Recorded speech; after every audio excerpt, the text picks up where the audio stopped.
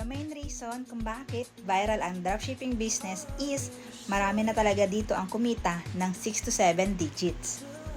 So, most common question dito is kailangan ba bang gumawa ng sarili mong website since online business nga ang dropshipping business.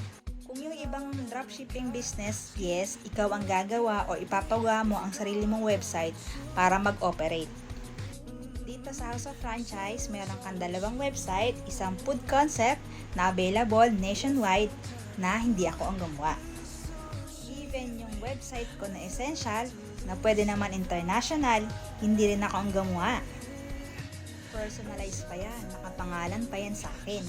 Si company ang gumawa na lahat na nagpo-produce ng mga binebenta ko na products through online.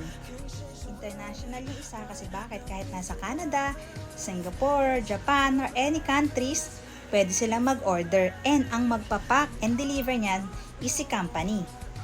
Wala akong ganang ginawa, pinost ko lang yan sa mga social media accounts ko and then once successful ang deliveries, dun ka pwedeng kumita.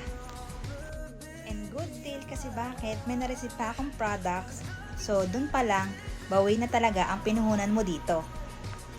So kung ikaw ay ready mo nang simulan ang negosyo, message me now para mag-guide kita at matulong kita kung paano talaga umpisahan ang ating napakagandang negosyo. So, see you in my inbox!